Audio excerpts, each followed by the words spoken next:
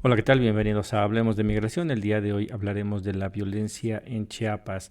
Lo hemos estado hablando de este estado, de la situación de violencia que existe actualmente, en la cual incluso habitantes de algunos poblados de este estado han tenido que salir e irse a refugiar de manera temporal a Guatemala, en lo que la violencia disminuye, pero esta violencia no es algo que sea nuevo, es una violencia que se ha dado desde hace muchos años, poniendo todavía en peor la situación de las personas ahí en Chiapas, en las cuales eh, pues se vive una pobreza bastante dura a pesar de los 6 años de gobierno de López Obrador, en el cual se impulsó el sur. Fue enfocado básicamente en el Tren Maya, en la Riviera Maya, en donde se dieron las mayores inversiones, y este estado tan importante y tan golpeado históricamente por la pobreza y por la violencia se ha dejado a un lado. Esperemos que en esta nueva administración se voltee a ver a Chiapas para ayudarlo a poder salir de esta pobreza. Hemos informado de las acciones que se están llevando a cabo para el tema migratorio, en donde se está construyendo una estancia migratoria suficientemente grande para poderle dar cabida a las miles de personas que están llegando constantemente y que seguirán llegando en los próximos años, en su intento por llegar a Estados Unidos, en el cual pues también ya hemos informado bastante. Pero el día de hoy vamos a dedicarnos a lo que es la violencia, cómo se ha venido dando la violencia en Chiapas, y al final hablaremos también un poco de cómo está afectando esta situación a los migrantes. Para ello encontramos unas notas bastante interesantes en el medio de comunicación de Chiapas, Chiapas Paralelo. Esta está firmada por Araceli Burguete Cali Mayor, titulada Grupos Civiles Armados en Chiapas con el permiso del Estado, una historia de un siglo. Aquí es un artículo bastante extenso, bastante interesante, en el cual nos describen cómo históricamente Chiapas se ha visto pues aquejada por la violencia, y esta violencia ha sido también con el permiso del Estado. Aquí nos dicen que en este año 2024 se conmemoran tres fenómenos sociales encadenados entre sí, tres rebeliones del siglo XX. Primero nos dicen que en el año de 1914, hace 110 años, irrumpió la primera rebelión en Chiapas. Fue un levantamiento liderado por los finqueros, que se levantaron en armas contra el programa social de la Revolución Mexicana, al que la historia ha registrado como la rebelión de los mapaches. Para 1974, el primer Congreso Indígena, hace 50 años, una rebelión pacífica, una rebelión de la palabra que se virtió en las potencias presentadas por las comunidades indígenas organizadas. Y en 1994, hace 30 años, la rebelión armada del Ejército Zapatista de Liberación Nacional, el EZLN, la rebelión del Ya Basta. Las tres rebeliones están encadenadas con cauces entre sí. Estos son movimientos que salen para ir en contra de medidas del Estado, en el cual se estaba afectando el interés de la comunidad, de las comunidades indígenas de la región. Pero aquí va más allá. Aquí nos describen cómo el Estado ha contrarrestado, en lugar de arreglar los problemas que afectan a la región, han contestado con la violencia. Aquí nos dicen que las violencias armadas desencadenadas en la historia de Chiapas tienen un origen sistémico: la pobreza desigual, la desigualdad, el clasismo, el racismo, el patriarcado, la falta de desarrollo económico. Todo ello se funde para crear una dominación secular permanente, pero además tiene una dimensión cultural enraizada en el sistema de la finca y en la condición de frontera sur, en el que su clase dirigente ha tomado el poder político para su beneficio, desplegando políticas con un perfil racista, clasista y patriarcal, en donde los políticos y las autoridades de los distintos órdenes de gobierno han operado para la formación de grupos civiles armados para operar la violencia. Y es algo que, como vemos, viene desde después de la revolución. La situación no ha cambiado, es algo que ha pasado en varios estados. Chiapas no es el único, pero Chiapas es uno de los estados con más carencias, pero también el día de hoy ha tomado una importancia bastante grande por todos, el flujo migratorio que está llegando a través de la frontera con Guatemala. Aquí nos dicen que al curso del siglo XX y hasta nuestros días, en Chiapas han existido numerosos grupos civiles armados. Hablan de los mapaches, un grupo civil armado que irrumpe en 1914. Para 1952 el gobernador Efraín Aranda Osorio, quien gobernó de 1952 a 1958, autorizó la creación de un grupo policíaco denominado Cuerpo de Policía Auxiliar Ganadera. Para 1961 el gobernador Samuel León Brindis aprobó la creación de la Policía Honoraria Ganadera.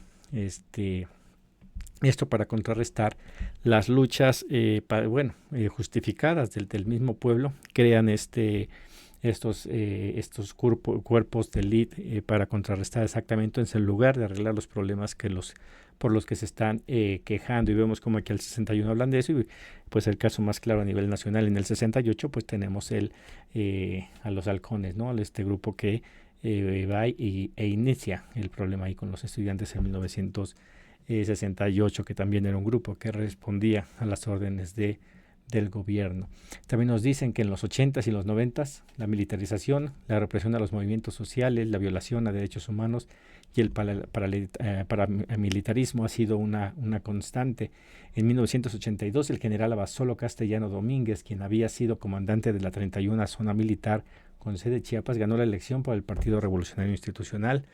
Este general lo que hizo fue reprimir a los movimientos sociales ante el peligro de la contaminación ideológica comunista. Es algo que todavía al día de hoy de repente se tiene, y creo que ahí sí se polarizó un poco más en cuestión de lo que el discurso que utilizó López Obrador de los conservadores, los liberales, sin especificar exactamente a lo que se estaba refiriendo y revolviendo a todos, y pues la derecha ha utilizado precisamente este discurso, esta polarización para discriminar aún más pues ahora sí que toda la población. Con estos ingredientes, aquí nos dicen que la fermentación de la semilla de indignación sembradas en el Congreso Indígena de 1974, la pradera chiapaneca ya estaba caliente y ahí habían irrumpido numerosas organizaciones de campesinos indígenas articuladas para la toma de fincas y la defensa del territorio de sus machetes, enfrentando a las guardias blancas. Ante el fracaso de una reforma agraria que nunca llegó, mientras tanto en la montaña daba nacimiento a las primeras células de lo que sería el Ejército Zapatista de Liberación Nacional, que recordaremos se estalla en 1994, pero como ya había empezado desde mucho tiempo antes. A veces los medios de comunicación siempre hablan solamente por encima de los problemas que están afectando las áreas sin rebuscar exactamente de dónde vienen. Por ejemplo, es muy parecido el caso de los estudiantes de Ayotzinapa, en el cual, a pesar de que se da en época reciente durante el gobierno de Enrique Peña Nieto, pues ya los conflictos que venían ahí arrastrando ellos de indignación, de estar peleando para sus derechos, defensa, en una primera instancia se podría pensar que fue algo aislado, pero ya cuando se revisa más se ve que viene desde la época de los 70s con Lucio Cabañas, pero incluso también de la misma época después de la revolución, en donde hay un cacicazgo en Guerrero, que es hasta el día de hoy todavía sigue habiendo esas luchas de territorio, del poder de aquellos que siempre lo han ejercido, y el día de hoy por eso es que Guerrero, así como Chiapas, están sumergidos en la violencia. Y no son los únicos estados, tenemos a Guanajuato, del cual se habla muy poco, evidentemente un estado que ha estado gobernado por la derecha, que pues no quiere aceptar o promocionar, publicar que el Estado está sumergido en una violencia que ocupa el primer lugar en cuestión de varios delitos de violencia a nivel nacional, pero que los medios de comunicación hablan muy poco. Bueno, pues en este artículo está bastante interesante, como digo, está bastante largo, los invitamos a que lo revisen, lo vamos a publicar en nuestro boletín para este mes de noviembre, para que le puedan dar una revisada y ver un poquito de lo que ha sido la historia de la violencia en Chiapas. Y pues esto nos lleva al siguiente, en donde aquí vemos cómo en el 74 empieza a darse las primeras brotes de lo que es el movimiento del EZLN, en el cual pues estalla y después es reprimido por el gobierno de Zedillo, y pues al día de hoy pues ahí siguen, hay versiones encontradas de si siguen con la misma ideología y las mismas causas o si ya han cambiado. Eso quedará en análisis para otra ocasión, pero nos trae a esta nota que también está de Chiapas Paralelo, esta es de Ángeles Mariscal. EZL denunció amenazas de crimen organizado. Aquí nos informan cómo el EZLN ha denunciado que pobladores de Palestina, una comunidad ubicada en Ocosingo, amenazaron con armas de fuego a zapatistas y, según les dijeron, lo hacen presionados por integrantes del crimen organizado con la intención de apoderarse del poblado 6 de octubre. Nos hace una descripción de lo que está pasando allá. Ahorita lo que decía de la validez o los intereses del EZLN con el subcomandante Marcos, qué tan puro continúa de este levantamiento ya en el 94 al día de hoy. Yo no me gusta meterme en este análisis tan profundo, porque realmente no se hace una crítica directamente a lo que es el EZLN el día de hoy y se intenta deslegitimizar lo que está haciendo el EZLN, pero no se revisa que estas causas por las que históricamente estaban peleados, no solo Chiapas, no todos los estados, pero hablando aquí del EZLN, lo de Chiapas, que llevan 30 años y que siguen padeciendo lo mismo. ¿Cómo es posible que no se haya hecho nada, ¿no? desde el gobierno de Zedillo? Y podríamos poner el ejemplo y decir que los malos gobiernos del PRIAN y todo, pero ya pasaron 6 años del gobierno de López Obrador. Está entrando esta nueva etapa con el gobierno de la doctora Claudia Sheinbaum y pues esperemos, ¿no? Bueno, no podemos esperar a que el gobierno haga algo. Se tiene que denunciar, se tiene que levantar la voz para decir, antes de criticar, porque va a haber mucha gente que va a criticar a algunos integrantes del EZLN, pero habría que ver por qué es que no se están haciendo caso a estas demandas, por qué se hace a un lado las demandas legítimas de la comunidad indígena. Ya lo pusieron en la Constitución, se les está dando un reconocimiento que sí es importante, pero pues de nada va a servir si no se aplica. Y no nada más pasa con ellos, pasó con los 43 de Ayotzinapa, 6 años y igual.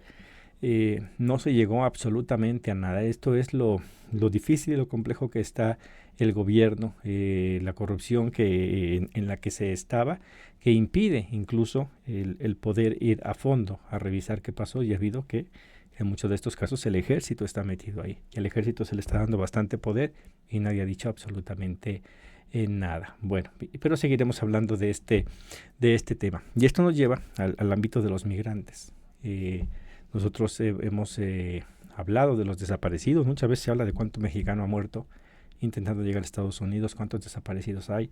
Presentamos ahí una página de internet que tienen allá en Estados Unidos para buscar a las personas, en las cuales hay un banco de datos para poder encontrar a ver si sus seres queridos están ahí, que se le da muy poca difusión, pero en México también está pasando. Y también aquí de Chiapas Paralelo, este es un artículo de Emanuel Bran Guzmán, Chiapas frente a la desaparición de personas en México. Aquí nos dice que la verdad y la justicia son imprescindibles y se necesitan una a la otra, aunque ponerlas en práctica de manera conjunta es una lucha constante en cualquier parte del mundo, sobre todo cuando la verdad, que es fundamental para la política y los gobiernos, no es respetada por ellos mismos. Y lo hemos visto, ¿no? Estos números, esta descalificación en automático, tanto de Claudia Sheinbaum como en su entonces de Andrés Manuel López Obrador, en el de que tengo otros datos, se está trabajando y pues al menos en este tema se ve que ni tenían los datos completos, ni se está trabajando como se debería de trabajar. Y esta es una crítica que debe de estar el gobierno abierto a poder escuchar y ver qué es lo que se puede mejorar. No hay duda de que al menos para un servidor, no hay duda de que el gobierno de la Cuarta Transformación, encabezada por López Obrador y hoy por Claudia Sheinbaum, es lo mejor que le ha podido pasar a México en los últimos años, que no se comparen absolutamente nada con los gobiernos del pasado y que ojalá y que continúen por mucho tiempo, pero sí hay vicios que todavía no se han hecho a un lado y se tienen que hablar, y este es uno de ellos, ¿no? La desaparición de personas y en especial de personas migrantes es un contexto de violencia creciente y sigue siendo un problema persistente en nuestra región y muestra los desafíos que tiene delante la verdad y la justicia En México, el Registro Nacional de Personas Desaparecidas y No Localizadas registró más de 115,000 personas desaparecidas a partir del 2006. Dentro de ellas, el registro de personas migrantes desaparecidas es insuficiente por el subregistro. Y aquí lo hemos dicho, este es el número total de desaparecidos. Pero los migrantes, por su misma condición de migración irregular, es muy difícil llevar esos conteos. No se saben cuántos están entrando, no se saben cuántos están siendo regresados, hacia dónde se van, que era una de las necesidades, el por qué poner a la Guardia Nacional o intentar regularizar la entrada al país. Pero no ha sido suficiente lo que se ha hecho. Recordemos, López Obrador cometió la imprudencia de pedirle o decirle a los migrantes que podían venir a México, que iba a haber trabajo en México. Incentivó a que muchos vinieran para acá y evidentemente no se esperaba la pandemia. Pero aún así, llegó mucha gente, muchos de ellos no traen documentos y pues siguen estando extraviados. Entonces, ¿cuántos realmente han desaparecido? No se sabe. Y aquí nos dice, por ejemplo, que el 30 de agosto pasado la Fundación para la Justicia no confrontó con la verdad. Dice, al menos uno de cada 207 hogares en México tiene una persona desaparecida. En promedio desaparece una persona cada 40 minutos en este país, de lo que se tiene registrado. En un reportaje del colectivo de investigación titulado ¿A dónde van los desaparecidos? Y de Quinto Elemento, arrojó otra serie de verdades. Por ejemplo, en las morgues del país hay más de 72,100 cuerpos sin identificar. Son cadáveres que ingresaron a los servicios médicos forenses entre 2006 y 2023 sin que el gobierno les haya restituido el nombre. Las crisis forenses en México reflejan la cruel paradoja, personas que buscan a quienes el gobierno ya encontró, pero no hay un mecanismo y debería de implementarse, así como el que presentamos aquí, que se está llevando en Estados Unidos.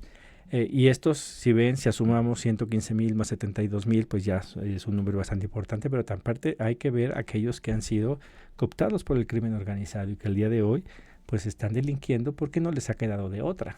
Y que lamentablemente el día que los agarren pues irán a la cárcel y la gente los va a señalar como que son criminales y es a lo que vinieron a nuestro país, siendo que no ha sido culpa de ellos. Los migrantes lo único que intentaban era poder llegar hacia el norte, hacia Estados Unidos, para llevar una vida mejor. Para finalizar, dice aquí que entre el 2018 y el 2023 la Fiscalía General del Estado registró 201 carpetas de investigación, mientras que el Registro Nacional de Personas Desaparecidas y No Localizadas reportó 810 desapariciones en el mismo periodo.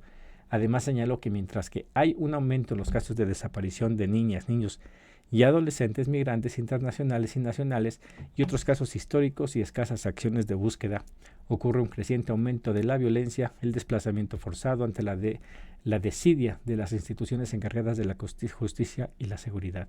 Y aquí abre evidentemente el paso cuando dices niños, adolescentes que van sin acompañamiento, el cual ha aumentado, número de mujeres sin acompañamientos ha aumentado.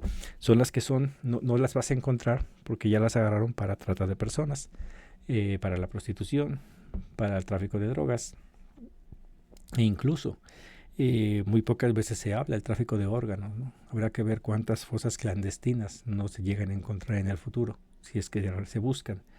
Recordemos que cuando se buscaban a los 43 de Ayotzinapa empezaron a encontrar fosas clandestinas en todos lados, hasta que tuvieron que decir párenle, porque si no, se van a dar cuenta que México, gran parte de México, es un cementerio. Hay personas enterradas en todos lados. El tema es bastante grave, ojalá y se voltee a revisar estos datos, a intentar arreglar esto, poder encontrar a las personas desaparecidas, arreglar el término de los CEMEFOS. Y pues es un tema, como ven, bastante complejos y eso implica hablar de migración, cosas que aparentemente no deberían de estar relacionadas, están más que relacionadas, ¿no? Esta es una de las realidades a las que se enfrentan los miles de migrantes que llegan a nuestro país. Y eso no nos hablamos de México.